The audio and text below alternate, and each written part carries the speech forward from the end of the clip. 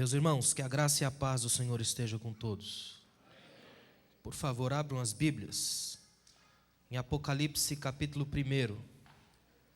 Apocalipse capítulo 1, nós vamos ler versículo 9 até o versículo 20. Apocalipse capítulo 1, versículos 9 a 20. Eu estou muito feliz de continuar com os irmãos aqui e tenho certeza de que Deus vai falar muito aos nossos corações essa manhã e que será uma manhã extraordinária. Amém, irmãos? Apocalipse capítulo 1, versículos 9 a 20. Pode ficar tranquilo que eu não vou falar de escatologia. Tem um amigo meu que diz que quem fala de escatologia tem mais coragem do que sabedoria. O que nós vamos fazer é outra coisa. Vamos entrar na questão que eu acredito que é o mais importante de Apocalipse, que é a importância da igreja e de Cristo na igreja. Cristo é tudo na igreja. Depois, na sua revista aí, no livro, está na página 89, se não me engano. Página 89, a gente vai avaliar aí para frente. Os irmãos acharam? Apocalipse capítulo 1, versículos 9 a 20, diz assim: Eu, João, irmão e companheiro de vocês no sofrimento, no reino e na perseverança em Jesus, estava na ilha de Pátimos por causa da palavra de Deus e do testemunho de Jesus. No dia do Senhor, achei-me no Espírito, e ouvi por trás de mim uma voz forte como de trombeta, que dizia: Escreva num livro que você vê e envie a estas 7 igrejas: Éfeso, Esmirna, Pérgamo, Tiatira, Sardes, Filadélfia e Laodiceia. Voltei-me para ver quem falava comigo. Voltando-me, vi 7 candelabros de ouro. Entre os candelabros, alguém semelhante a um filho de homem, com uma veste que chegava aos seus pés e um cinturão de ouro ao redor do peito.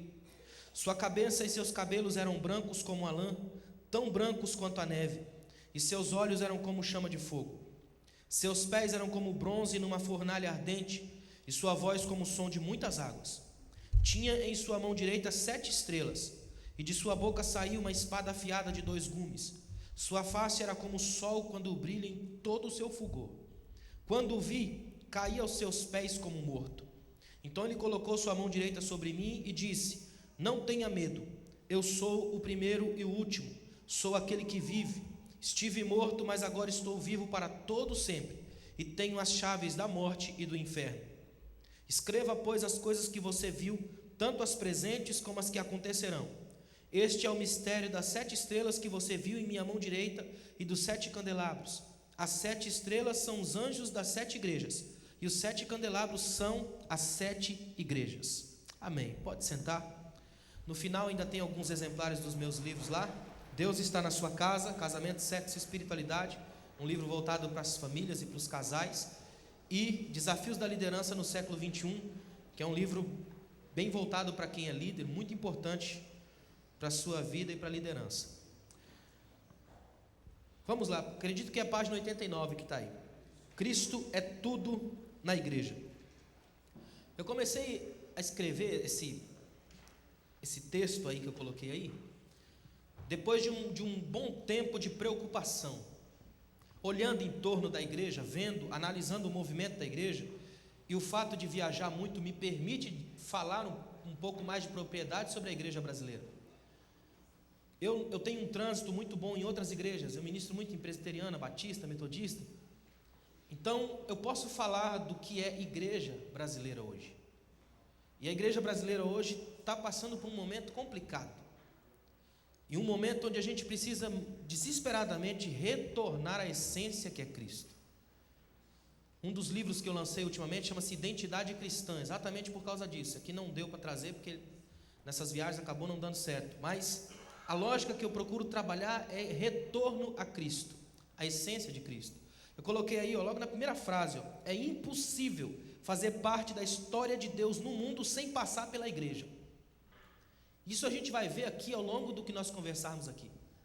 O problema é que a igreja em si é um grande desafio, tanto social quanto teológico.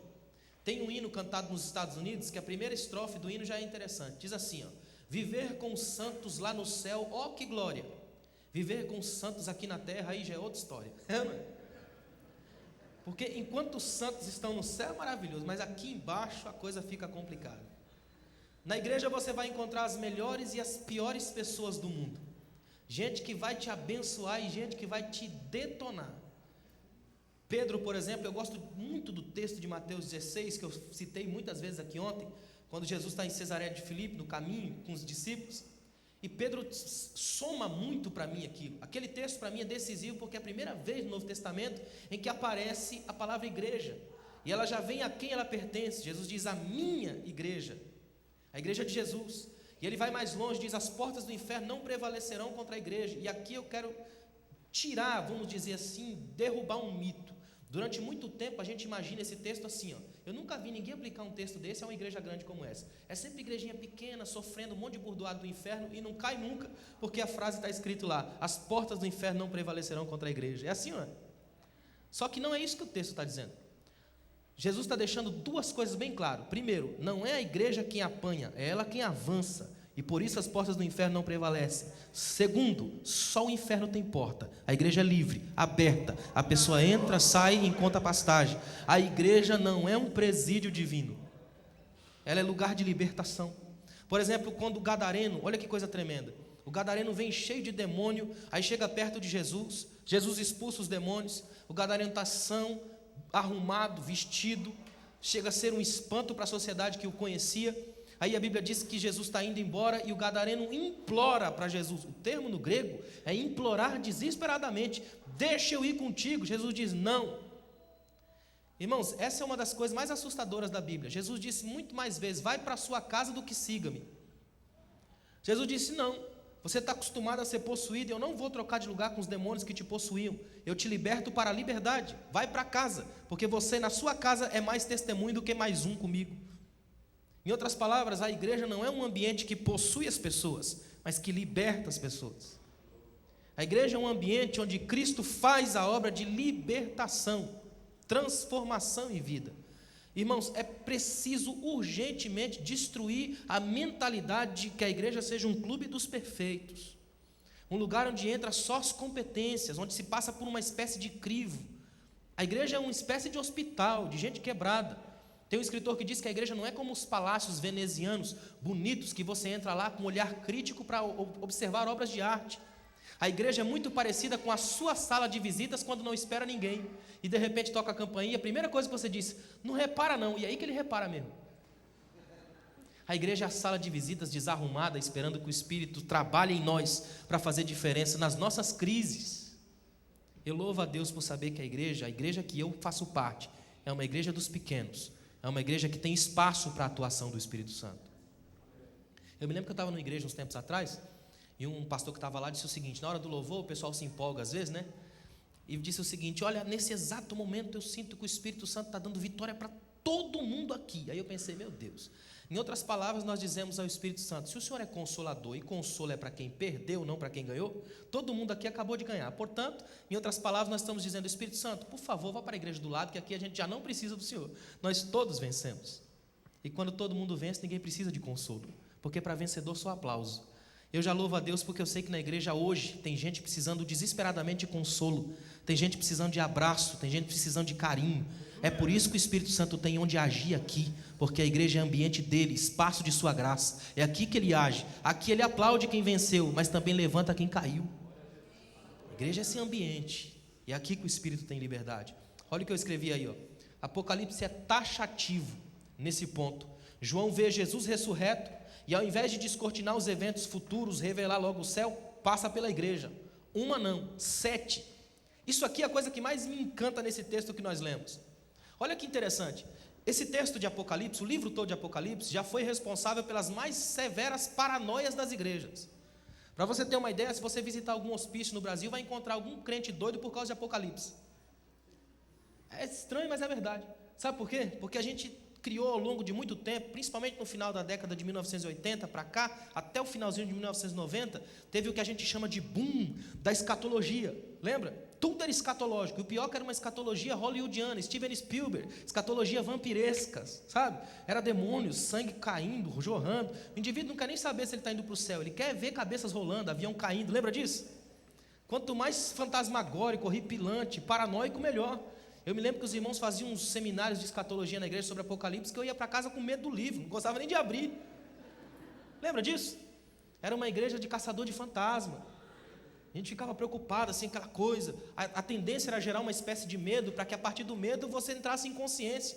Só que a Bíblia mostra o contrário. Jesus nunca despertou medo em ninguém. Ele era o Deus capaz de chamar a criança para brincar. Portanto, não era alguém do medo, era alguém do abraço, da aproximação. E a gente durante muito tempo criou essa escatologia do desespero, do medo, da crise. Tudo era estranho, tudo era aterrorizante. Aí quando eu olho aqui eu vejo outra coisa. Jesus aparece para João e antes dele falar do que vai acontecer no futuro, de descortinar as grandes revelações, ele faz questão de passar por 7 igrejas, tão problemáticas quanto as nossas. Eu vou dizer uma coisa a você, às vezes a gente olha para a igreja de hoje, e por causa do nosso exercício como teólogo ou filósofo, precisa fazer um olhar crítico, mas eu vou dizer uma coisa para você, a nossa igreja evoluiu e muito, porque em relação às igrejas de Corinto, por exemplo, a gente é uma bênção. Na igreja de Corinto tinha um rapaz que estava com a esposa do próprio pai e a igreja achou normal.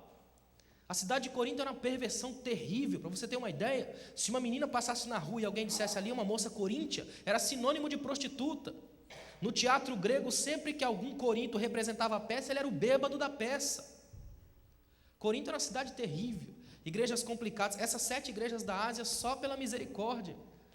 E eu louvo a Deus que Jesus fez questão de passar pelos candelabros, abriu os eventos futuros andando entre 7 igrejas problemáticas como as nossas. Portanto, ainda é em igrejas problemáticas que Cristo está.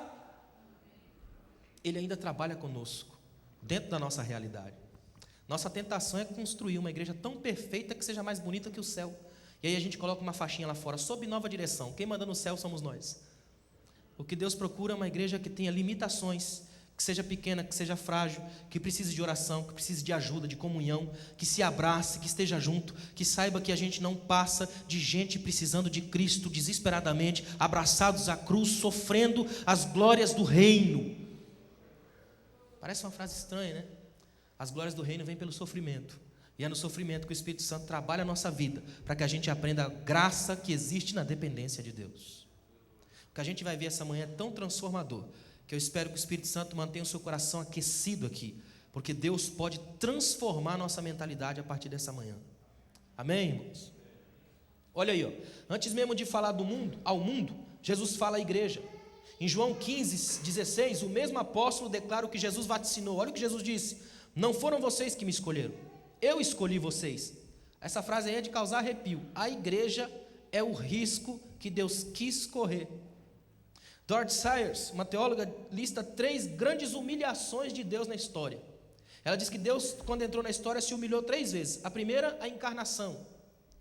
Deus ter que vestir a carne humana. É cruel, imagina. A segunda, a cruz. E a terceira, a igreja. Seres frágeis revelando a soberania da majestade de Deus. Lutero dizia que a igreja é a máscara que Deus usa, porque o mundo não pode olhar no rosto de Deus, senão desmancha. Então olha em Deus através de nós. Sabe qual é a nossa oração aqui hoje? Deus, como eu não sei nem de onde o Senhor vem, nem para onde o Senhor vai, não deixa que eu seja um obstáculo no teu caminho, mas que eu saia da frente, facilite trajetórias e deixe o teu Espírito atingir todo mundo, que quando olharem para mim, enxerguem a glória de Deus, teu rosto no meu. A igreja é isso, um ambiente complicado, estranho, mas que Deus chamou. Isso aqui é a coisa mais irritante do ponto de vista do inferno, saber que Deus escolheu esse tipo de gente.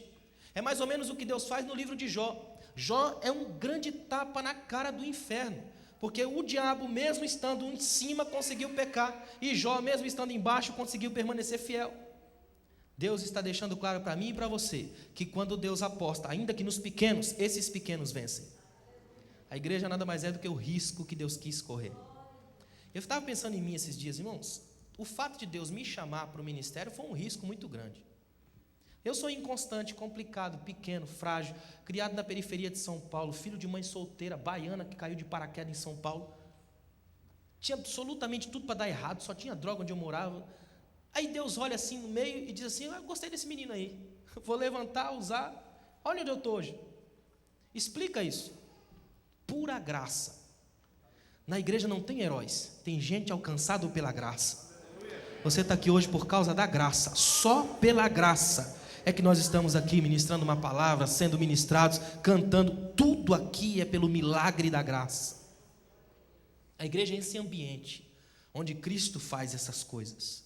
Olha o que eu escrevi aqui, ó. O grande equívoco da geração envenenada pelo câncer da rivalidade e da crítica maldosa está no olhar errado. A postura de consumidor, divirta-me, dê-me algo de que eu goste, são os clientes do mercado da fé. É o que mais tem hoje nas igrejas. As pessoas entram na igreja com a postura e o olhar errado. O indivíduo senta aí e pensa o seguinte: eu estou pagando isso aqui, eu dou oferta, eu dou dízimo. Então o hino tem que ser do meu jeito, o pregador tem que ser igual a mim, o pastor tem que ser perfeito, a esposa do pastor, então, ela não precisa ter nome, mas tem que ser perfeita. É ou não é? E a gente faz um movimento em torno disso, e a gente fica sentadinho aí, cruza os braços, e o pior, tem aquela sensação educada pela mídia, e os comerciais de TV, dos seus eternos 30 segundos de comercial de TV, e a gente chega aqui, que aqui Deus se vire nos 30. Se já houve uma idade média, nós estamos na idade mídia, sejam bem-vindos a ela. Tudo funciona a partir da mídia, a todo momento. Aí a gente chega aqui, quer que Deus também funcione assim, rapidinho. Vai Deus, age aí que eu tenho muita coisa para fazer. Final do ano que é legal. No final do ano a gente chega, pega uma folha em branco e escreve em cima assim, ó, planos para 2014. Aí coloca lá, casar, quem não é casado, né? Entre parênteses, com aquela irmã lá que nem sabe que eu existo. Número 2, trocar de carro. Número 3, que subir no emprego. E vai, enche a folha. Aí chega lá embaixo, faz uma lista e diz, aí Deus, assina, hein? E cumpre todos os planos que eu vou passar o ano todinho orando por isso. E chega no final do ano frustrado, diz, mas o Senhor não cumpriu nada. Deus diz, eu não prometi, você que colocou aí. Qual que é o nosso desafio? É pegar uma folha em branco, escrever em cima, planos para 2014, deixar ela toda em branco, chegar lá embaixo, assinar e entregar para Deus. Toma aí Deus, faz os planos, porque eu vou cumprir. A tua vontade para mim é maior do que a minha. O Senhor é soberano. Olha o que eu coloquei aí, ó. Quando o centro do culto está em mim, eu não sou igreja. O foco precisa estar em Deus, em Cristo. Apocalipse é o padrão. Começa com a visão extraordinária da pessoa bendita de Cristo. Quando somos cristocêntricos, é que somos igreja. Parece que não, mas essa aqui é a grande tentação da atualidade. Tirar Jesus do foco. É criar uma igreja que funcione sem Jesus. Eu estava numa igreja uns tempos atrás, pastor.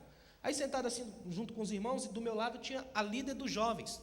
Eu não sei porquê, ela olhou para mim e falou assim, olha, a nossa igreja funciona no piloto automático.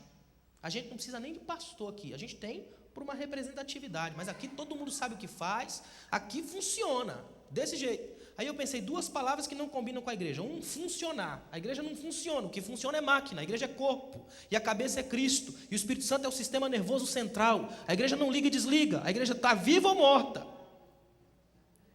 Segundo, a igreja tem pastor porque o Espírito fala a ele, é o anjo da igreja, é o padrão de Apocalipse, não é só um fantoche.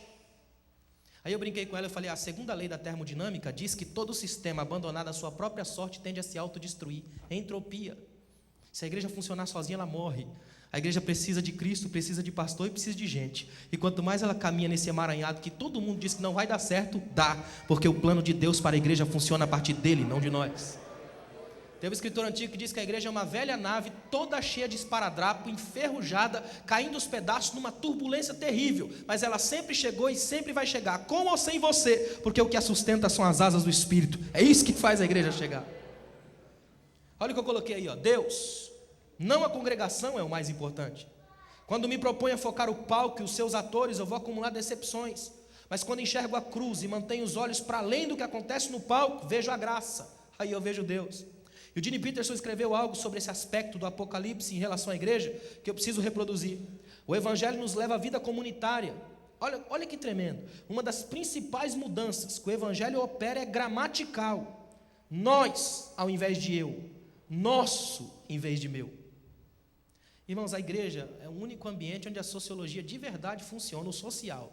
Aqui o ideal é esse. É que não exista o eu, nem o meu, mas o nós. Só que hoje, no Brasil principalmente, por vias da teologia da prosperidade, essa coisa de é meu, é minha, ficou enraizado. A gente canta meu milagre, minha bênção, meu céu, o que sobrar você tenta pegar com a sua sacolinha vazia de promessa, é ou não é? É shopping sagrado, vamos lá irmão, pega a fila e senha. Esses dias eu escutei a irmã cantar, entre na fila de Deus. Eu pensei, quem está no primeiro tranquilo, o problema é o último. No universo de 190 milhões de brasileiros, imagina chegar na fila de Deus em último lugar. Vai demorar para Deus te atender, não vai? E a gente faz essa mentalidade. E começa a trabalhar em torno disso. Meu, aquilo que é meu milagre que vai chegar hoje, é minha bênção, meu céu. A igreja é o contrário, é nosso, é para nós. O Espírito age em nós, é o nosso Senhor. Até Deus é a comunidade eterna de três, eu, Pai, Filho e Espírito Santo. Sabe o que é lindo disso? Ele é uma unidade de ser, na pluralidade de pessoas, a celebração das diferenças e da alegria, somando tudo isso no reflexo que a igreja faz da sua natureza. A igreja é onde os diferentes, juntos, comungam da mesma glória, têm o mesmo Espírito, o mesmo Pai, a mesma fé, o mesmo batismo, a mesma alegria, caminhando para o mesmo céu, debaixo da mesma palavra, nas mesmas confusões, todo dia. O que é bonito da igreja é observar o quanto o Espírito Santo trabalha em nós, apesar de nós. Eu fiquei pensando esses dias, se o Espírito Santo chamasse um grupo de gente da igreja para pedir conselhos. Imagina como seria. Já pensou se o Espírito pegasse uma lista de 10 pessoas problemáticas da igreja, aí fizesse um conselho com os chamados perfeitos da igreja, os fariseus, e falasse: o que vocês acham desses 10? O que você acha que a gente ia fazer com eles? O ser humano é complicado. Pegar uma mulher, a Bíblia diz, em flagrante ato de adultério, lá em João. Eu pergunto aos irmãos, é possível haver um flagrante ato de adultério só com um? Ou a mulher inventou o alto adultério, né? Ou sumiram com o homem da história, porque até hoje não apareceu o homem, só a mulher. Aí levam uma mulher para dentro do templo, Jesus está lá no templo, chegam para ele com essa postura: Senhor, a lei manda matar e é o que a gente quer fazer, o que o senhor vai fazer? Aí Jesus faz uma das coisas que eu acho tão tremendas de Jesus. Irmãos, eu quero que você saia daqui com outro tipo de mentalidade sobre Jesus. Jesus não é um Deus de uma celestialidade distante, não é um super-herói bombado longe de mim e de você. Ele é um Deus que gosta de andar nas fúrias da nossa vida, no dia a dia mais comum. Eu quero que você entenda Jesus não como alguém que fica bonitinho de terno e gravata em cima de um púlpito, mas alguém ao seu lado fazendo arroz, andando na rua da sua casa, atravessando a rua, conversando com você, no seu dia a dia, dentro da sua intimidade. Olha o que Jesus faz. A Bíblia diz que ele abaixa e começa a escrever no chão. Se Jesus quisesse que a gente lesse o que ele escreveu, ele não escrevia no chão, porque ele sabe que o chão apaga. O que Jesus estava querendo fazer não era que a gente entendesse o que ele leu.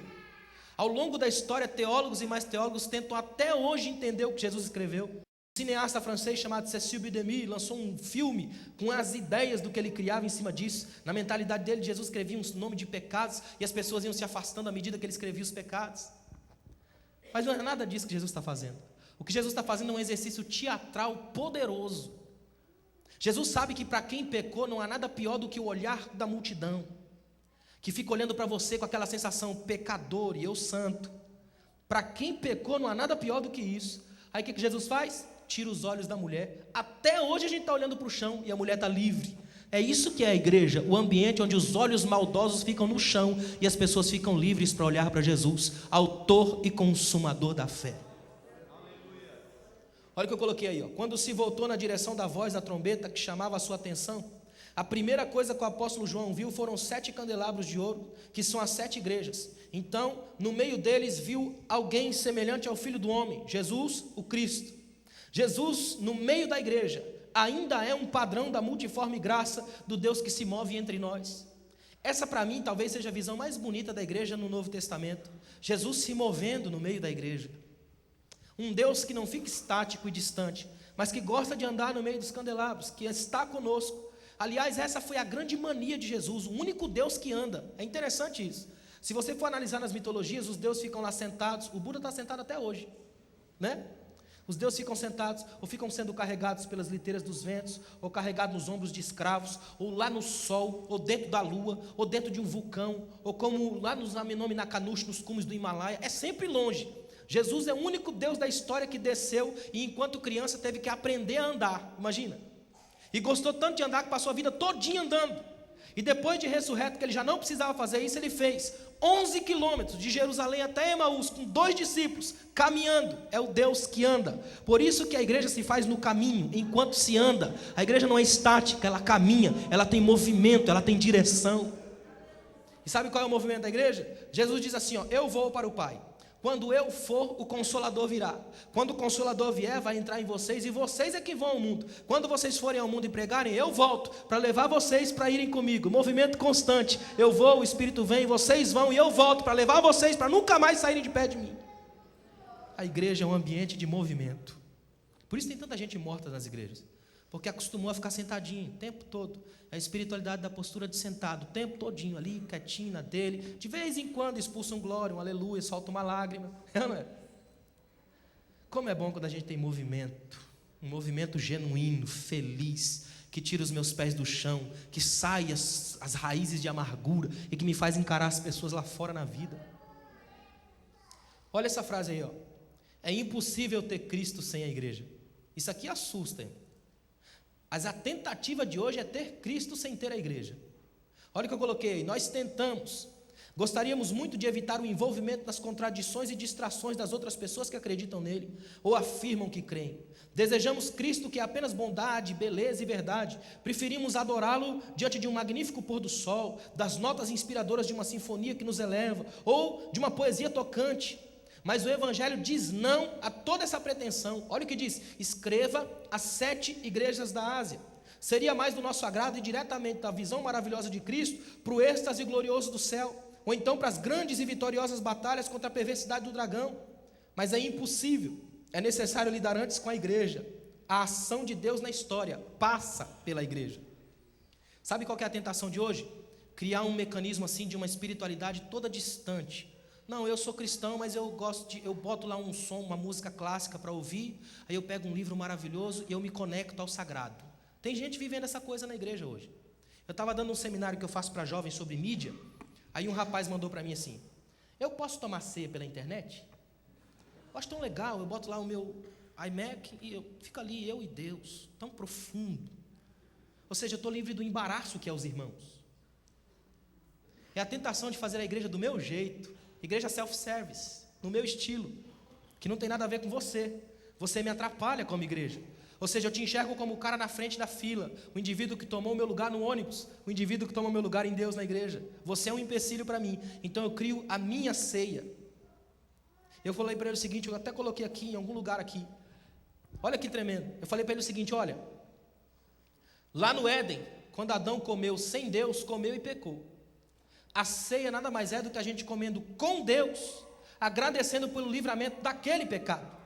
Em outras palavras, ceia pela internet não é ceia, é a lembrança triste do paraíso sem comunhão. É retorno para o Éden, retrovisor quebrado. Ceia genuína é quando eu sento com os irmãos, por mais estranhos que eles sejam, por mais complicados que eles sejam, por mais que pisem no meu pé, que mexam comigo, que me tirem do sério, que me deixem nervoso, com eles que eu vou para a glória, para eles que eu canto, com eles eu vivo, neles eu me realizo, me plenifico. A igreja nada mais é do que a celebração de Deus nos indiferentes, nos pequenos e nos frágeis. Irmão, eu queria que por um momento você agradecesse a Deus por todos os irmãos que dão trabalho na igreja. Agradeça a Deus, todos eles, os piores, pensa aí. Os irmãos complicados, irmão fofoqueiro, terrível, pensa neles. A Bíblia diz que nós somos chamados para aperfeiçoar santos. Se todo mundo fosse perfeito, quem que a gente iria aperfeiçoar? Não haveria fisioterapia divina. Graças a Deus pelos quebrados, neles a gente tem motivo de ser. Não é? Eu não sei se vocês cantam o hino aqui, e se cantar, irmão, não é para parar de cantar não, porque eu falo isso nas igrejas, não para de cantar. É para transformar em verdade. Mas tem um hino que diz assim, ó, somos corpo, conhece? Assim bem ajustados, totalmente ligados, unidos, vivendo em amor. Olha que bonito, uma família sem qualquer falsidade. Você conhece alguma? Pensa, você conhece alguma família sem qualquer falsidade? Você tem cunhado, irmão? Eu tenho 14, imagina. Sabe o que é isso aí, ó? Olha para mim aqui, ó. Escuta o que eu vou te dizer aqui, ó. Às vezes, assim, sem pensar, a gente canta mentiras lindas na igreja. Essa é uma mentira maravilhosa, que bonita. Sabe o que esse texto, o que esse hino quer dizer? Não é que eu preciso fugir disso, muito pelo contrário. É que apesar dessas coisas, somos corpo. Apesar dessas crises, Cristo aposta em nós. Qual que é a grande maravilha de Cristo na igreja? Ele não nos deixa, apesar de nós. Nós estamos aqui por causa da misericórdia e da glória de Cristo. Só por causa disso, Jesus ainda age em nós. Somos sim corpo, bem ajustados, porque o que nos ajusta é a cola da graça. Apesar das imperfeições e dos problemas, permanecemos nele, porque ele é a raiz de toda a nossa vida e de toda a nossa sensibilidade como gente, como igreja. Deu para entender até aqui? Dá uma olhada aí. Primeiro lugar, Cristo acima de tudo. Adoração. Irmão, como é importante a questão da adoração. Lucas 4, 7, o inimigo sugere. Eu não vou entrar em detalhes de Lucas 4, porque eu vou falar disso depois lá da liderança. Mas só para você ter uma noção. Lucas 4, 7, o inimigo sugere. Se me adorares, tudo será teu. Olha para mim aqui, ó. A gente esquece que o inimigo já morou no céu. Que ele já esteve assim, ó, perto da glória de Deus. Que ele já assistiu de camarim a adoração que Isaías viu só num relance. Serafins adorando a ele. Imagina o que é por um momento você ver Deus sendo adorado e olhar para eles recebendo toda aquela glória. Pelo menos uma certeza eu tenho. O inimigo deve ter pensado o seguinte: eu daria tudo para ter isso aí. E quando ele vê Jesus lá e ele sabe que Jesus é Deus, ele não pensa duas vezes: eu quero aquilo lá. Por isso a resposta de Jesus: só ao Senhor teu Deus adorarás. Aquilo é só dele, não pode ser seu e de mais ninguém. Essa tentação ainda nos atinge, porque toda vez que eu subir aqui para demonstrar quem eu sou, toda vez que você vier aqui para cantar, para mostrar seu talento, se demoniza e rouba a glória que era só de Deus.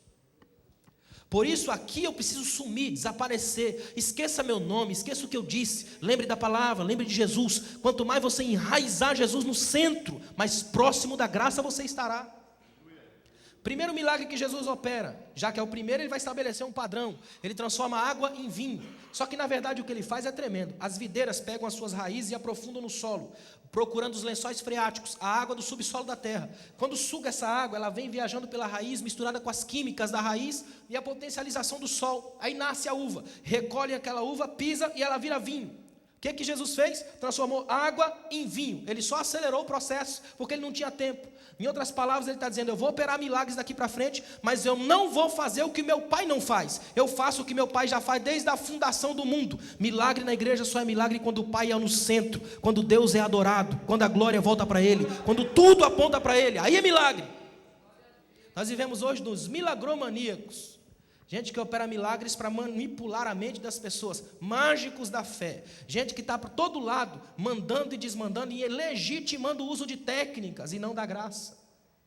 Olha só o que eu escrevi aí, ó. Essa é a mentalidade diabólica dos que ousam roubar aquilo que só pertence a Deus. A demonização da adoração contribui para tirar Cristo do foco, do centro, zombando da soberania de Deus. A quebra desse padrão satânico está na consciência da comunidade que adora. Olha o que diz Isaías 2:3, os serafins cantavam, olha para mim aqui, ó, uns aos outros. Os serafins não estavam cantando para Deus, não estavam dizendo assim, ó, o Senhor é santo, santo, santo. Eles estavam cantando uns aos outros. Santo, santo, santo é o Senhor dos exércitos.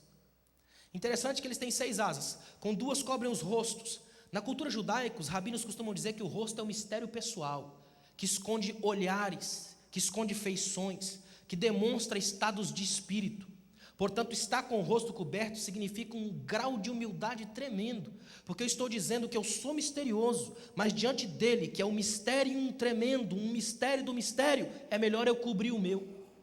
2 cobriam os pés, símbolo de imperfeição. Os rabinos dizem que nós inventamos sapato para esconder a feiura dos pés, porque sabemos que nosso pé é complicado. Os rabinos dizem que quando você pisa num chão de chinelo, não está pisando na realidade, porque entre você e a realidade tem uma borracha que você criou para se proteger das bactérias do solo. Daí o desafio de Deus para Moisés: quer andar comigo? Tira a sandália, pisa no meu chão, corre o risco de morrer, deixa eu infectar você. Tira as tuas proteções. Olha como é que o serafim chega diante de Deus: misterioso, porém pequeno, imperfeito, mas com 2 asas livres. A adoração genuína ainda é assim. Chegamos aqui misteriosos, mas frágeis, imperfeitos, mas livres, porque diante de Deus só os livres e misteriosos é que podem adorar. Adoração comunitária. Sabe o que é uns aos outros? A gente acha que a adoração é virar para Deus e começar a elogiar Ele eternamente por aquilo que Ele sabe que é. Realmente. Eu não sei você, mas se alguém começa a me elogiar demais, eu vou ficando sem graça. Esse é o lado bom de ser preto, você não fica vermelho, né? Mas a gente começa assim com aquela coisa, assim, sem graça. É ruim, não é? Você não sabe o que fazer direito, mexe na unha e tal. Você acha que Deus também gosta disso? Elogiar Ele eternamente por aquilo que Ele sabe que é? Adoração genuína não tem nada a ver com isso. É o quanto você adora Ele tão feliz aqui, por ser imperfeito, misterioso e quebrado, mas livre, que quem está do seu lado não resiste e faz ponte com o sagrado, ressonância. Se ele está aqui é porque o Espírito ainda age, se esse homem está vivo é porque Deus ainda cura, se essa mulher está aqui é porque o Espírito ainda protege, e você se transforma em testemunho, e a adoração da comunidade faz a gente chegar até Deus. Olha o que eu coloquei aí, ó. Nós não adoramos como deveríamos, porque não temos a consciência do que a adoração provoca em Deus. Se a gente tivesse a consciência do que a adoração provoca em Deus, o que nós faríamos em cada culto abalaria as bases da cidade. A gente faria uma adoração tão voltada para Deus que não teria tempo para nós. Na igreja não tem plateia, e se tem, só tem um membro, Deus. Tudo aqui acontece para Ele. Eu estava numa igreja no litoral de São Paulo, aí tinha um grupo de louvor. Foi a coisa mais bizarra que eu já vi na vida. E como lá não tinha cadeira no púlpito, a gente sentava embaixo assim. Os irmãos começaram, vamos adorar agora, fica de pé, todo mundo ficou de pé e virou todo mundo para a parede. Agora imagina que cena esquisita. A gente, aqui os irmãos tudo de costa, virado para a parede adorando. Aí, achei estranho.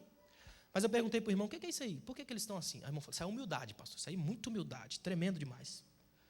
É para as pessoas não verem nosso rosto. A gente vira para a parede e adora. Pensei, irmão, o problema não é esse não, o problema é o tarado sentado ali, ó, que na igreja também tem. É ou não é? Sabe o que é estranho? A nossa genuína mentalidade de adoração e de humildade não tem a ver com você olhar para o meu rosto. Tem a ver com você olhar para mim e não conseguir me ver, mas enxergar o Cristo que me habita. É Paulo, eu não vivo mais, mas Cristo vive em mim. Eu saí de cena e Ele me habita. Podem me imitar, porque vão estar imitando a Ele. O meu padrão sai de cena, o Paulo, entra o Cristo que me habita. E aí você pensa, mas isso aí é muito difícil. Não é não, é porque a gente idealiza Cristo como super-heróis, e Ele não tem nada a ver com isso. É o Deus que vem para andar com a gente, que caminha com a gente, que é simples o suficiente. Quer demonstrar Jesus? Seja simples, abrace as pessoas que sofrem, cante com elas, viva do lado. Quanto mais você tocar a simplicidade, mais perto de Jesus chega. Ele é o único Deus que quanto mais humano se torna, mais espiritual Ele é. Uma das maiores tragédias da atualidade é a grande quantidade de igrejas entrando na configuração de império. Quando isso acontece, estamos prostrados no monte da tentação, adorando o Deus errado e vivendo uma espiritualidade invertida. Um dos maiores perigos da igreja contemporânea é o que eu chamo de síndrome de Laodiceia, existir sem Jesus. Irmãos, Laodiceia tem uma frase terrível, eis que estou à porta e bato. Imagina, a igreja funciona, mas Jesus está do lado de fora, não tem como entrar. Há mais ou menos uns 100 anos atrás, na Inglaterra, um pastor começou a perceber que a sua igreja estava ficando desse nível, uma igreja que funcionava, mas Jesus não estava lá. E ele resolveu fazer o seguinte, eu vou fazer uma coisa diferente. Olha o que ele fez. Ele disse o seguinte, eu quero que no domingo à noite esteja todo mundo aqui, domingo de manhã na Inglaterra, todo mundo aqui. Não falte ninguém, porque vai ser especial, e é uma coisa muito séria que eu vou fazer. E todo mundo veio, não faltou um. E ele pegou um bloco assim de carta de mudança, com o nome de todo mundo e assinada por ele. Porque ele disse, o que eu vou fazer agora, eu sei que muita gente não vai gostar, vai embora. Ele disse, a partir de hoje eu estou fechando essa igreja, porque não faz razão ela existir se Cristo não está aqui, e eu sei que Jesus não está aqui. Então eu estou fechando essa igreja, aqui ó, carta de mudança para todo mundo, irmão fulano de tal, pega a tua carta e some, e foi dando, imagina, não ficou ninguém. Quando terminou, sabe o que ele fez? Tirou sapato, meia, gravata, ficou só descalço, sentado no chão, fechou a porta da igreja e disse, Deus, eu vou começar a orar aqui essa semana, todo dia eu vou vir aqui, e eu só vou reabrir essa igreja no dia que o Senhor estiver aqui. Quando eu sentir que o Senhor voltou para cá, eu reabro. E ele começou a orar sozinho. 1 semana, 2 semanas. Um dia ele ouve bater na porta da igreja. É uma irmã. Pastor, posso orar com o senhor? Pode, entra aí. Só ele e a irmã. No outro dia vem mais 2 irmãs. Podemos orar com o senhor? Pode. E assim sucessivamente. Veio gente. Quando pensou que não, a igreja estava reaberta. Cristo estava lá. A glória de Deus estava na igreja. Jesus voltou. A igreja só funciona se Jesus está aí. A igreja só existe se Jesus está aqui. Não há razão para ser igreja sem a pessoa bendita e soberana de Jesus. Olha o que eu coloquei aí, ó. Quando uma igreja é infectada pelo vírus de Laodiceia, passa a ser mecanismo, movimento, estrutura, organização. Não é mais um organismo vivo cuja cabeça é Cristo. Uma igreja que existe sem Jesus cresce como um movimento, não como corpo. Suas relações são funcionais, pragmáticas e mercantilistas. Uma igreja que existe sem Jesus inverte os valores e subverte a própria missão no mundo. Supervaloriza a casca, não o miolo. O acidental, não o essencial. Grita a graça, mas tem a cara da lei. É uma igreja que aprisiona, não que liberta. Coloquei aí, quando aprendemos que a igreja é de Jesus, estamos livres da tentação do controle. Quando aprendemos que a adoração é de Jesus, estamos livres da tentação dos palcos, dos holofotes e da bajulação. Maquiavel escreveu: foge dos bajuladores. Eles são igual carvão, apagado te suja, aceso te queima. Tem muita gente que faz isso. Ao invés de adoração, faz uma bajulação divina. Quando aprendemos que Cristo está acima de tudo e de todos, estamos livres da tentação do gueto, dos esquemas asfixiantes de merecimento. Tomara que isso aqui esteja na sua mente a partir de hoje. A igreja é um ambiente de gente frágil, que só existe por causa de Cristo. Ele é o centro de tudo. Só a Ele, adoração, louvor, honra e glória. Ele é tudo em todos. Nos Estados Unidos, uma moça chamada Carolyn, escuta o que eu vou te dizer. Ela nasceu com um sério problema no cérebro, de modo que o corpo dela não funcionava. Ela vivia numa cadeira, tinha pequenos movimentos nos dedos das mãos, a cabeça pendia, babava o tempo inteiro, não falava. Mesmo assim, a Carolyn se formou e foi estudar teologia, faculdade de teologia, 4 anos, bacharel. Imagina. Quando chega ali pelo final, Deus fala com o diretor da escola. A oradora da turma nesse ano, na faculdade, na formatura, é a Carolyn. Imagina. Eu gosto de Jesus quando faz essas loucuras. Você já experimentou o lado terrível de Jesus? Que vem e bagunça tudo? A babelização divina? Jesus fala para o diretor: eu quero que você entenda que a Carolyn vai ser a oradora da turma. Ele fala: agora não sei o que vou fazer, mas tudo bem, Deus mandou, vamos obedecer. Então o que o diretor faz? Ele cria um movimento. Ele chama uma menina que tem uma oratória muito boa, que fala muito bem, e diz o seguinte: a Carolyn tem um programa de computador onde ela faz os trabalhos dela, ela vai escrever o que ela vai dizer e você vai ler. Vamos fazer uma ponte, você será a voz da Carolyn. E fizeram isso. Aí chega o dia da formatura, todo mundo arrumado, as famílias, as igrejas, aquela coisa lotada o ginásio. Aí aparece aquela cena que assusta todo mundo. Vem a Carolyn na cadeira de rodas, elétrica, automática, né? E ela vem com leves movimentos de dedo, a cabeça pendendo, babando. E chega outra menina muito bonita, arrumada, e diz: gente, não olhem para mim, eu quero que a luz que está em mim se apague. Eu sou só a voz da Carolyn, olhem para ela. E aí apaga a luz da menina, ela some, fica só a voz. E a Carolyn sentada, babando, com todas as luzes em cima dela. E a menina começa a ler o que ela disse. Ao final é apoteótico, as pessoas choram, aplaudem, uma coisa extraordinária. A graça quase densa, quase dá para ser pega. Então o diretor pega o microfone e diz: agora eu entendi.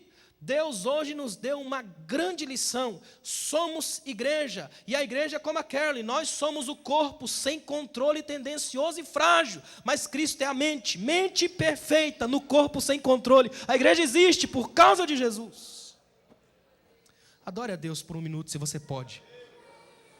Agradeça a Jesus pela sua vida, pelo fato de fazer parte da igreja, o projeto de Deus para a história. Gente frágil, gente pequena, gente que precisa de Cristo, gente que depende da graça e que, acima de tudo, adora pelo que Ele é, não pelo que Ele faz. 2. Cristo em todos. Se tem adoração, também tem a dimensão da celebração. Olha que tremendo, a igreja não é a sociedade dos perfeitos, é a comunidade dos cansados, dos aflitos, daqueles que são alvos da graça. A igreja é uma comunidade da fé. Hebreus 11 não é uma galeria de heróis.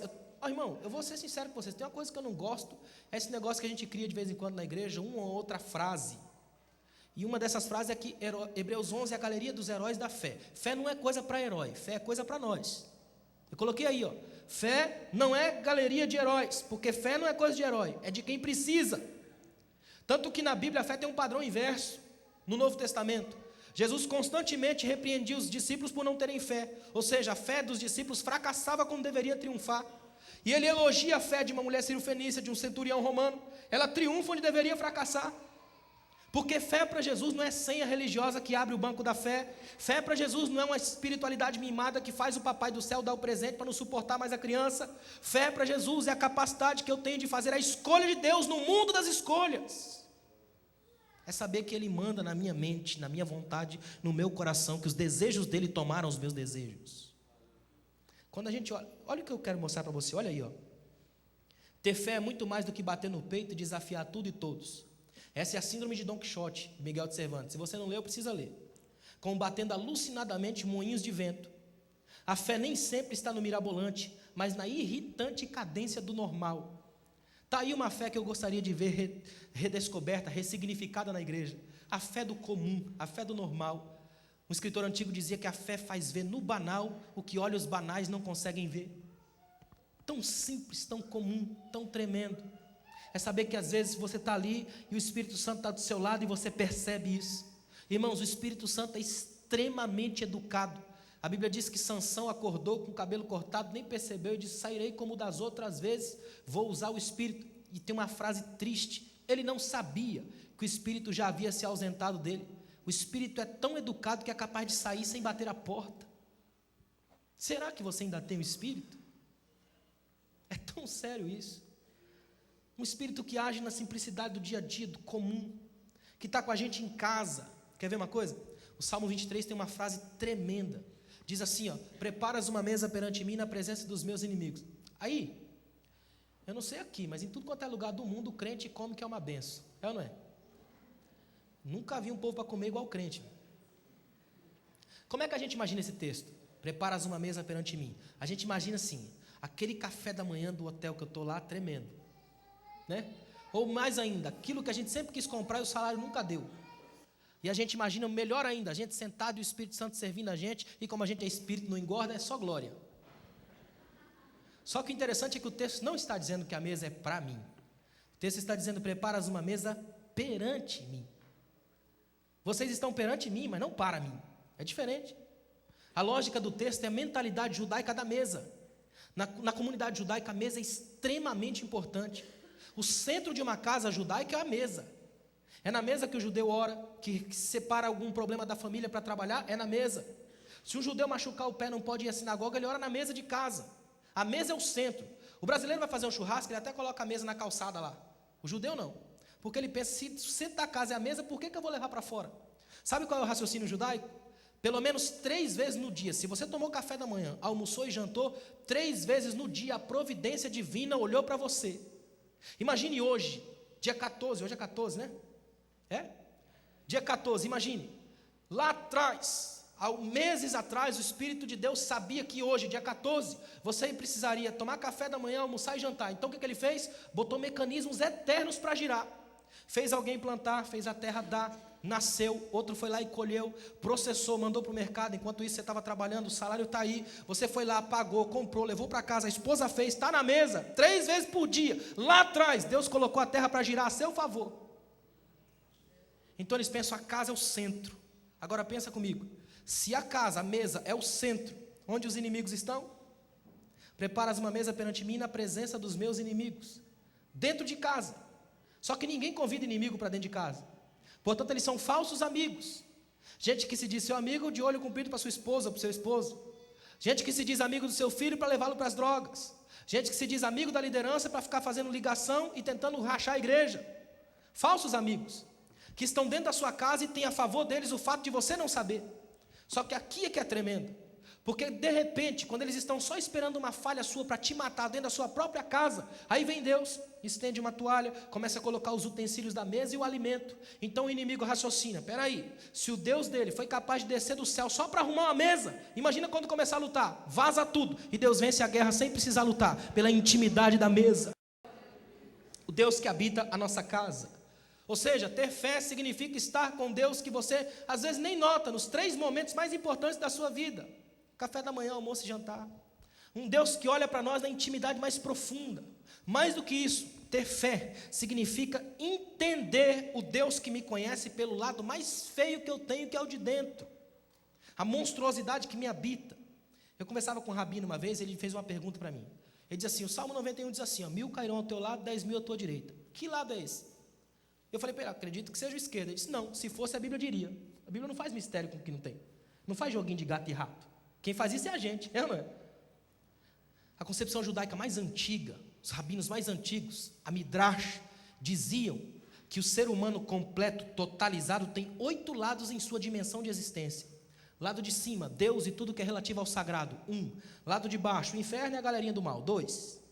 Lado direito, lado da sua força, 3. Lado esquerdo, lado complicado. Em algumas culturas do Oriente é o lado da sujeira. No italiano, a esquerda é sinistra, 4.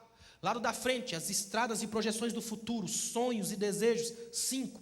Lado de trás, passado, projeções e angústias, as bagagens da mente. 7. Lado de fora, eu não congrego aqui, portanto eu sou de fora, uma realidade que não me pertence. E o lado de dentro, pior de todos, por isso que 1000 aqui dentro são mais perigosos do que 10.000 onde eu acho que sou forte, à minha direita. Porque aqui dentro eu sou um monstro. Romanos 7. Eu sou carnal, miserável homem que sou. Quem me livrará do corpo dessa morte? Paulo faz a citação da Eneida de Virgílio, onde havia uma técnica de tortura. Digamos que eu fui condenado por matar alguém. O comandante me dava o corpo da pessoa que eu matei, mandava abraçar, enrolava de faixa até em cima e prendia dentro de um quarto. Jogavam fora a chave. Era chamado abraço da morte. Você morria abraçado com o corpo do miserável que você matou, imagina. E Paulo fala, eu sou assim por dentro. Complicado, sujo, pecaminoso, carnal, amarrado à minha indignidade, não sei para onde ir, nem para onde vou, porém, Paulo termina, mas, graças a Deus, por nosso Senhor Jesus Cristo. Jesus entra no quarto fechado, Jesus me conhece por dentro, Jesus sabe que eu não presto por dentro, mas Ele aposta em mim, me ama, me sara, e pelo seu sangue me lava e me coloca na igreja, a comunidade de pessoas que Ele chamou. Olha aí, ter fé não significa ausência de dúvidas. Quantas vezes você já ouviu isso? Não duvide, irmão. Já ouviu essa frase? Ter fé não significa ausência de dúvidas. Se não houvesse espaço para dúvidas, não haveria espaço na fé cristã para mim. Somos feitos de dúvidas. Em Marcos 9, 24, logo após a transfiguração, o pai de um garoto possesso diz a Jesus, eu creio, mas ajuda-me a vencer as minhas dúvidas. Em outras palavras, eu creio, mas ajuda a minha falta de fé, em algumas traduções. É tão interessante isso. Senhor, eu creio, mas estou duvidando. E Jesus aceita essa resposta. A gente não aceitaria, mas Ele aceita, não é?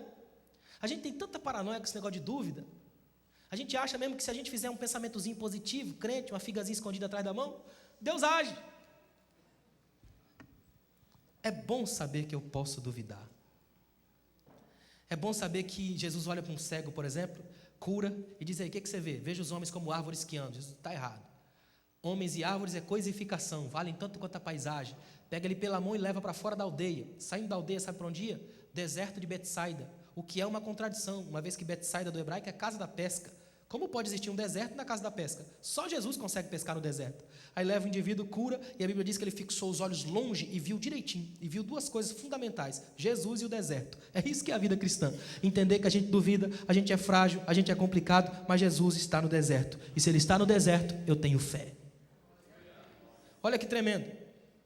Fé que não pergunta não é fé. É medo disfarçado. É a chamada paz da ignorância. Quanta gente faz isso?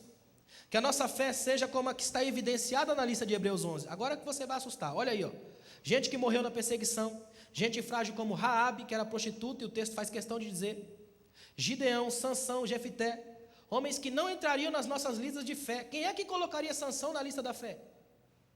Ou Raabe na lista da fé? Outros que jamais entrariam na lista da perfeição, mas que estão no topo da lista dos dependentes. Fé para Deus tem a ver com a mudança do olhar, gente que depende.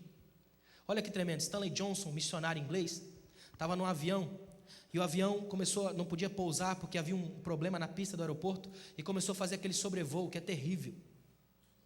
E aí disse que começou o pânico na tripulação, porque não liberava a pista, e o avião lá em cima, uma hora vai acabar o combustível e essa coisa vai cair. E começa um pânico imenso na tripulação. E Stanley Johnson abre o seu diário e começa a escrever. E ele escreve o seguinte: dei uma olhada na tripulação, todo mundo em pânico. E ele escreve assim, escapou-me um sorriso pelo canto da boca. Eles pensam que vão cair. Só eu sei que vou subir. Porque eles acham que já estão em cima. E eu sei que isso aqui não é nada perto de um lugar para onde vou. Aí ele começa a dizer, vivendo ou morrendo, eu sou dele. A ele glória, não interessa se para baixo ou para cima, eu sou dele, porque estou nele, é nele que eu vivo, a ele eu pertenço. Você precisa ter essa fé. Uma fé que sabe que não interessa se cai ou fica em pé. É a fé dos meninos lá na Babilônia. Se Deus livrar, amém. Se não livrar, a gente morre tranquilo. Eu acho engraçado que crente ama o céu, essa coisa toda, mas tem um medo imenso de morrer, não é? É como o irmão que estava internado na UTI, o pastor foi orar por ele, falou, irmão, você não consegue falar, eu vou orando e você vai concordando, vai dizendo, pode ser, irmão? Amém. O Senhor abençoa o teu servo, Senhor, tira teu servo daquele, Senhor, cura o teu servo, se for da tua vontade, prepare e leve ele, Quem é que quer morrer, irmão? Eu coloquei aí, que a nossa fé seja baseada na frase de Hebreus 11:38. Olha o que diz essa frase: homens dos quais o mundo não era digno. Sabe o que é isso aí? Celebração dos pequenos, convite à fragilidade. Eu quero dizer uma coisa muito séria a você: se você quiser ser alguém grande no reino, seja o menor, pequeno, frágil. São esses que são os homens dos quais o mundo não é digno. Gente que faz essa gloriosa inversão, como orou Soren Kierkegaard: Deus, me dê a certeza feliz de que tu és forte nos fracos. Teve um pastor martirizado em La Paz, na Bolívia, onde ele dizia o seguinte: Deus, não deixa eu fechar a boca como se eu não tivesse o que dizer. E ele escreve dizendo: dá para mim a certeza de que eu, como igreja, não posso me calar, porque ainda que as armas estejam apontadas para mim, uma certeza eu tenho: o corpo cai, mas a glória me aguarda e me conhece. Eu sei para onde vou, porque o meu Cristo nunca me deixou. A igreja é o mistério da escolha divina. Os que não são, acabam sendo. São retratos de Jesus. Jesus tinha um nome simples, falava aramaico, andava na Palestina dos pobres. Esse dia eu estava pensando sobre isso, pastor, olha que interessante. Jesus é o único homem da história que poderia ter escolhido o nome dele e o local do nascimento. Aí ele chama Jesus, que era um nome absurdamente comum, vai morar na Galileia e fala aramaico, língua herdada do cativeiro babilônico, língua de escravo, língua de pobre. Jesus tem essa incrível capacidade de não ter nada a ver com aquilo que a gente julga importante. Jesus é um anti-João Batista, é interessante isso. João Batista é todo estranho, vai para o deserto, Jesus vai para a cidade. João Batista, a dieta dele é uma dieta que até hoje ninguém quer fazer, emagrece, mas ninguém quer. A de Jesus é o contrário, olha o apelido que ele recebe: comilão e beberrão. João Batista, tudo nele é espiritual, Jesus, tudo nele é carne. É interessante isso. E ele vem não para destruir a carne, mas para santificá-la. Depois de Jesus eu posso dizer que meu corpo é templo, porque ele entrou aqui, ó. Graças a Deus que a igreja não são as 4 paredes, é isso aqui, ó. Cristo em vós, esperança da glória. Coloquei aqui, ó, a igreja é a destruição do mal de Procusto. Olha para mim aqui, Procusto, na mitologia grega, era uma espécie de bandido, o pai do sequestro, o cara que inventou o sequestro. Ele ficava na estrada, atrás dos montes, esperando o viajante. Quando o viajante passava, ele sequestrava, levava para a casa dele e forçava a pessoa a deitar na cama dele. Só que é o seguinte: se a pessoa fosse grande, tipo o pastor Linderson, passou da cama dele, ele cortava a perna. Se não coubesse na cama, ele fazia esticar até caber.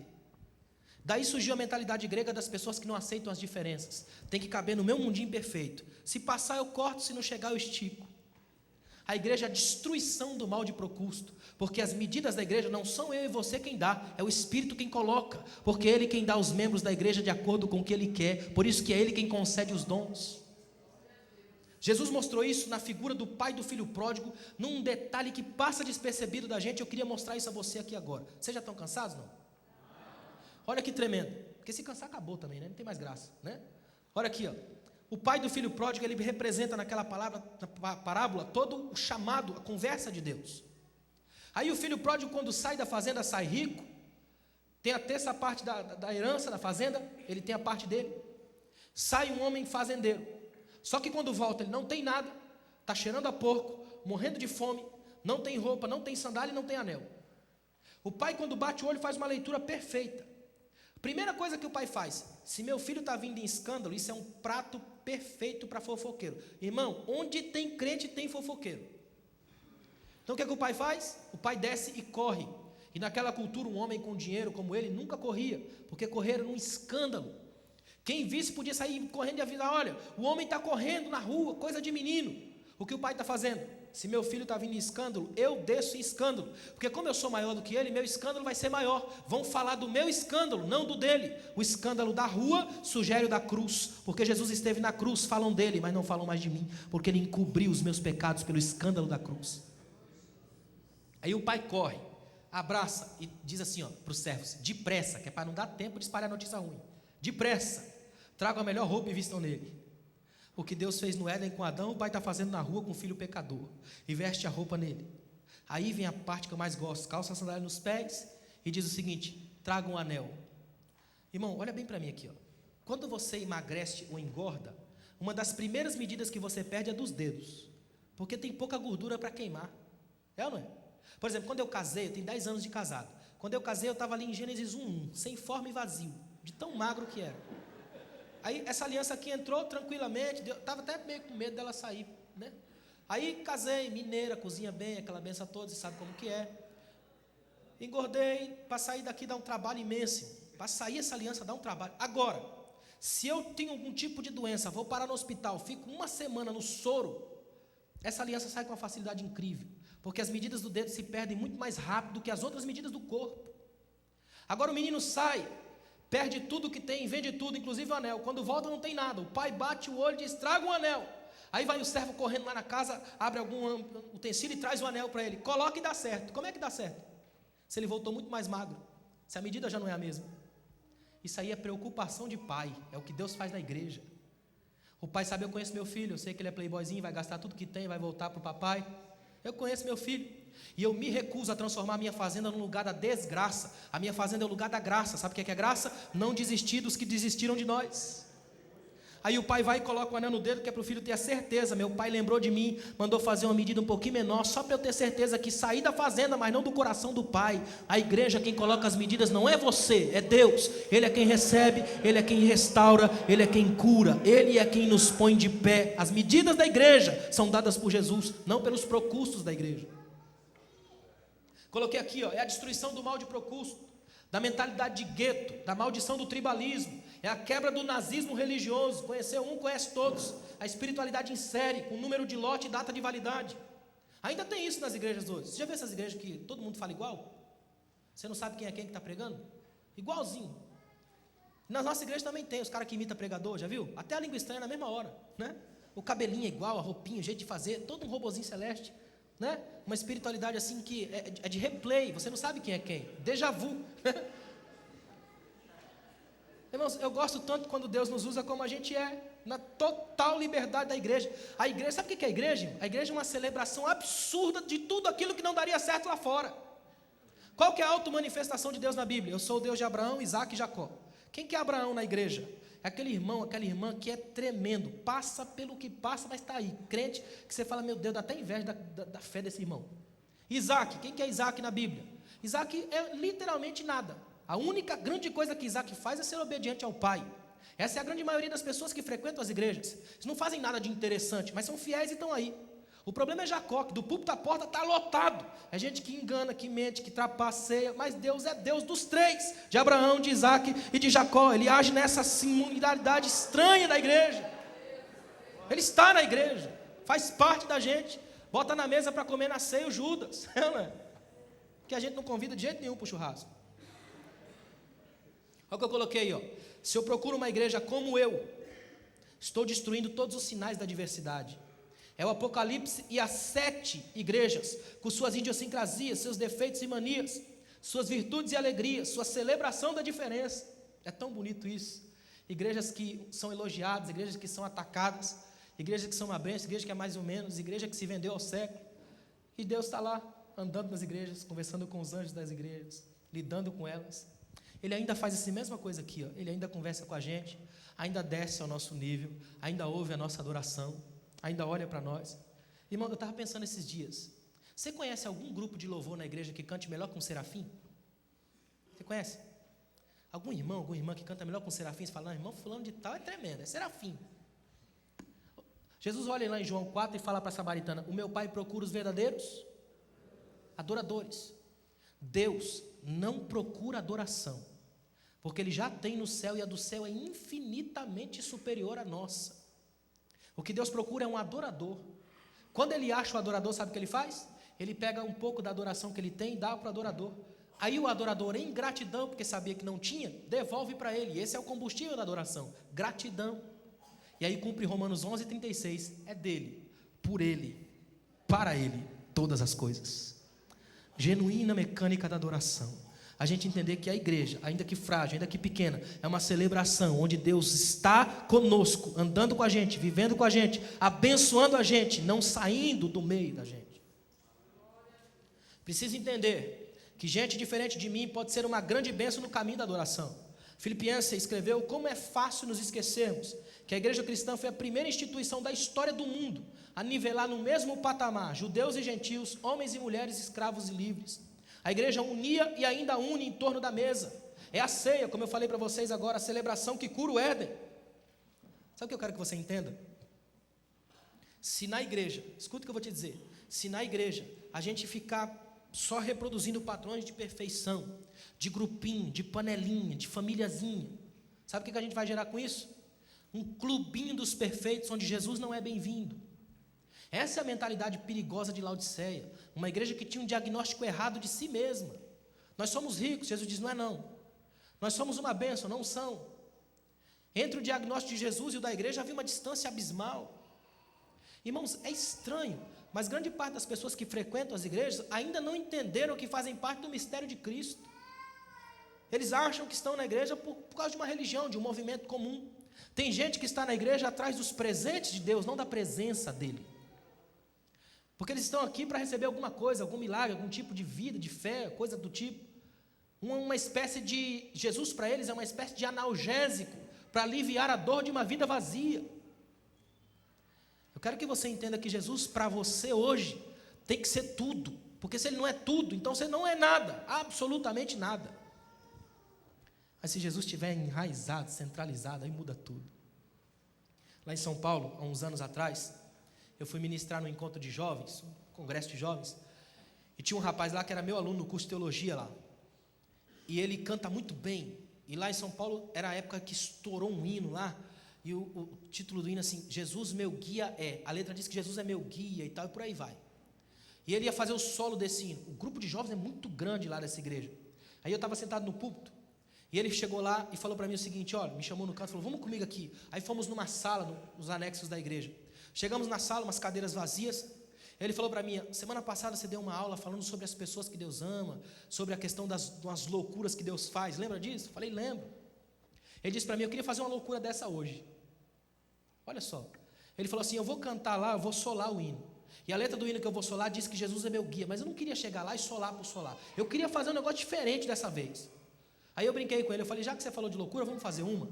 Puxei uma das cadeiras vazias e disse, você acredita que Jesus está sentado aqui? Falou, acredito. Eu falei, não, eu quero que você diga para mim, você acredita que Jesus está sentado aí? Falou, acredito. Então ensaia para ele. Canta com ele aí. Vou deixar você e Jesus sozinho, vou para lá e ele vai comigo porque ele sabe fazer isso. Eu não sei explicar, mas ele sabe. Aí eu fui, sentei no púlpito e esqueci dele. Aí o culto continua, o pastor falou, agora o grande grupo, o grande coral dos jovens vai cantar, o hino tema. Aí fica todo mundo de pé. Irmãos, a porta no canto assim, o jeito que ele veio de lá foi tão bonito, tão tremendo, tão profundo. Ele veio, ele tropeçou no fio, quase caiu, tomou o microfone da mão da menina. Ele entrou até antes. E quando ele solou, o céu literalmente desceu. Foi uma coisa tão grandiosa, tão marcante. E as pessoas se abraçavam e choravam, uma graça, uma glória tão tremenda. Ele subiu no púlpito correndo, ele é forte, ele me abraçou, ele falou bem dentro do meu ouvido, eu senti a hora que ele respirou na minha cara. Jesus é real, irmãos. Ele não é um produto de uma igreja qualquer, ele é Deus, ele é verdadeiro e ele está aqui. Nós estamos aqui por causa dele, ele legitima a igreja. É por causa dele que nós somos igreja. Sem Jesus nós não estaríamos aqui, nós só estamos aqui por causa dele. Cada frase dessa só tem sentido por causa dele. Cada escola dessa só faz sentido por causa dele. A grande tentação é construir uma igreja que não precise de Jesus. O que precisamos é cada vez mais de Jesus, de tirar todos os nossos aparatos e voltar ao pé da cruz e amá-lo pelo que ele é. Você ainda ama Jesus? Terceiro, Cristo como alvo, transformação. Um pregador puritano dizia, eu citei isso ontem, que nenhum homem cheio de si pode pregar o Cristo que se esvaziou. A palavra aos líderes de hoje ainda é a mesma, imitem a Jesus. René Padilha chama o que acontece hoje nas igrejas contemporâneas de cristianismo secular. É quando a fé deixa de ser a dependência do caráter de Deus e passa a ser um poder dirigido a Deus, uma desculpa para a satisfação dos desejos infantis de uma espiritualidade mimada. É gente dando ordens para Deus, e Deus não aceita ordens, Deus recebe súplicas.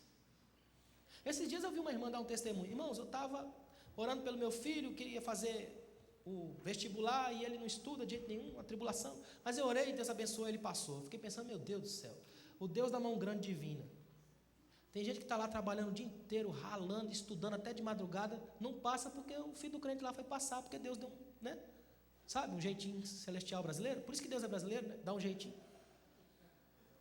Deus não faz isso. Ele não manda um anjo vir do céu arrumar uma vaga no estacionamento para o crente. Essa mentalidade ainda existe. É isso que assusta, ainda existe. Ainda tem, em pleno século 21, ainda tem gente colocando água em cima da televisão para tomar depois da oração. Aí nem ele acredita mais nisso meio-dia, bota outra em cima do rádio. Não acredita de novo, coloca outra 6 horas da tarde. A única coisa boa disso é que toma bastante água ao longo do dia. E a gente vai fazendo tanta coisa, tanta mandinga. É uma bandização cristã. Quando a gente imita Jesus, isso tudo perde importância. A gente aprende uma fé tão simples, tão bonita, tão singela. Aquela fé que senta com o irmão, conversa e tomando um café consegue descer o céu. Uma fé que consegue ser fé da simplicidade, da intimidade, da alegria, de estar junto com os irmãos aqui, ó, na base da ideia, na conversa, entendendo que eu não preciso fazer um movimento para você sentir a graça, porque eu sei que o seu coração está ardendo aí, porque o poder da palavra vai onde eu não vou. Meu limite é seu ouvido, mas a palavra vai na divisão da alma e do espírito e planta sementes da eternidade. Humildade, o legado de quem anda com Jesus. Liderar a igreja de Jesus é tarefa para os que possuem o mesmo espírito que ele, de humildade. Homens e mulheres que inspirem as pessoas pelo exemplo, que ministrem a mesma transformação que experimentaram, a mudança de caráter, para a afirmação do mestre. Se você não... Olha para mim aqui, ó, compra um livro chamado Escravo, é de John MacArthur. John MacArthur trabalha com a ideia de que essa palavra se perdeu na tradução que a gente tem, porque a gente gosta muito de fazer um jogo semântico. Por exemplo, se você chegar na igreja e falar para o irmão, irmão, você é um servo de Deus? Ele fala, eu sou, graças a Deus, servo de Jesus. Porque servo é uma palavra bonitinha. Agora pergunta, você é escravo de Cristo? Aí já fica meio ruim, não é? Porque escravo é um negócio complicado. Quem que é o servo? É alguém que trabalha e se ele quiser ele pode parar. Já o escravo não, ele não tem como parar, porque ele não tem mais vontade, é o dono quem manda, ele não tem nome, não tem mais nada. O apóstolo Paulo faz uma coisa tremenda, ele diz assim, ó, ninguém me inquiete, porque eu trago no meu corpo a marca de Cristo. Engraçado que na época, na região onde Paulo fala, havia uma coisa interessante. Eu vou exemplificar para você. Digamos que o pastor Newton é o dono de uma fazenda muito grande e eu sou escravo dele. Então ele me chamava, olha como é que chamava um escravo. Escravo não tem nome. Escravo, vem cá. Às vezes a gente vai nas igrejas, aí os irmãos falam, está conosco aqui o grande servo de Deus. Irmão, se é grande não é servo. Porque não tem escravo grande.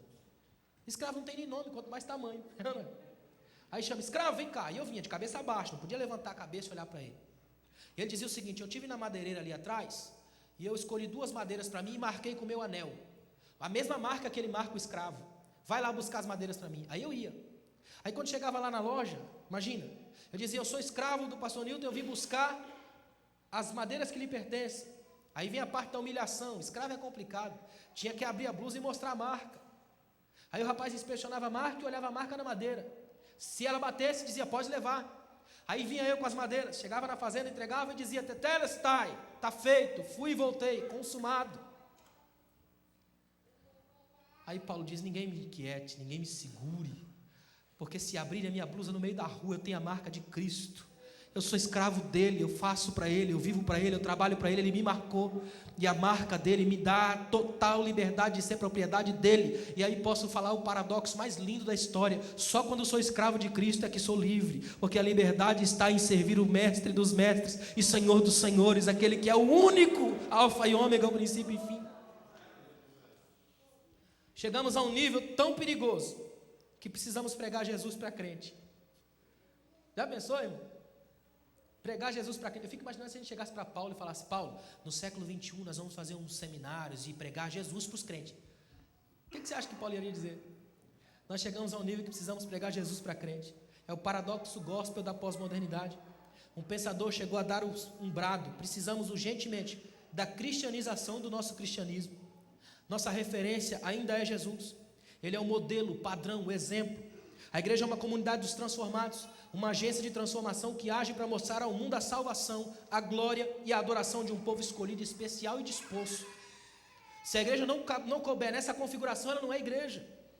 A igreja, como comunidade de transformação, não pode se transformar num ajuntamento de pessoas. Ela deve evidenciar mudança de vida. Precisamos substituir adesão por conversão, o eu pelo nós. A certeza feliz de Colossenses 3,11, que Cristo é tudo em todos. Olha essa frase que eu coloquei para encerrar aí, ó. W. Dyer. Cristo despojou-se da coroa para coroar-nos. Pôs de lado suas vestes para com elas cobrir os nossos farrapos. Desceu do céu para conservar-nos fora do inferno. Jejuou 40 dias para poder banquetear-se conosco por toda a eternidade. Desceu do céu à terra para enviar-nos da terra ao céu. Orlando Costas tem uma frase que eu acho tão linda. Ele diz: Jesus é o alguém que se transformou em ninguém só para transformar em alguém o ninguém que eu era. Martin Luther King disse que nós não somos o que gostaríamos de ser, também não somos o que vamos ser, mas por causa de Jesus não somos mais quem éramos. Você está aqui hoje por causa da transformação que Jesus operou em você. Você está aqui hoje porque só a Jesus são rendidas glória, adoração, louvor e soberania. Pelo amor de Deus, não perca essa consciência. Você não é igreja porque é melhor do que ninguém. É igreja porque Jesus te viu. Ele nos alcançou, nos transformou, nos trouxe de volta. Só Jesus é digno de toda a adoração da igreja. Se Cristo não estiver no centro da igreja, a gente vai achar alguma coisa para colocar no espaço vazio dele. E esse é o problema, irmãos. Eu vou ser muito sincero com os irmãos. A igreja católica, com toda a sua idolatria, não é mais perigosa do que nós. Porque a idolatria deles tem a ver com barro, pedra e o pior de tudo, com grandes biografias. Se você pegar os santos e ler a biografia deles, são tremendos. Quem dos nossos que morrendo hoje virá santo amanhã pela vida que deixou? A nossa idolatria é perigosa, porque ela é feita de homens com o microfone na mão, mandando e desmandando na mente do povo, manipulando corações, colocando na boca de Deus promessas que Ele nunca fez, vendendo o sagrado. Eu quero fazer um protesto profético essa manhã aqui. Pelo amor de Deus, mantenha o foco em Jesus. A igreja não pode prostituir seu púlpito, sua adoração, seus ministérios. Jesus é tudo. Se Ele não estiver no centro, não serve. Ele precisa estar enraizado no centro de tudo. É tão bom quando a gente percebe a presença soberana de Jesus, o jeito como Ele faz. Uma coisa que me encanta em Jesus é a forma como Ele trabalhava com os discípulos, o jeito que Ele conversava com as pessoas na rua. Se coloque de pé, por favor.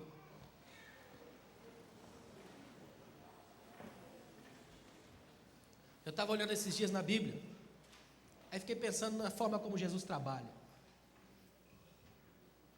Jesus, olha que coisa incrível. Jesus está com seus discípulos. Eu li um texto essa semana e eu quero dizer isso para você. É um escritor, trabalha muito com parábolas. E ele criou uma parábola, uma historiazinha, para tentar lidar como Jesus trabalha com a gente. Eu achei tão bonito aquilo. É uma espécie de poesia, mas é muito forte. Ele fala assim: Jesus e Pedro está na sua casa, de repente vem o cobrador de impostos. Aí o cobrador de impostos chega e diz assim, ó: Senhor, teu senhor aí não paga o imposto? Não, ele diz: paga. Chega lá para Jesus e fala: e aí, Senhor, vamos pagar o imposto? Jesus: vai.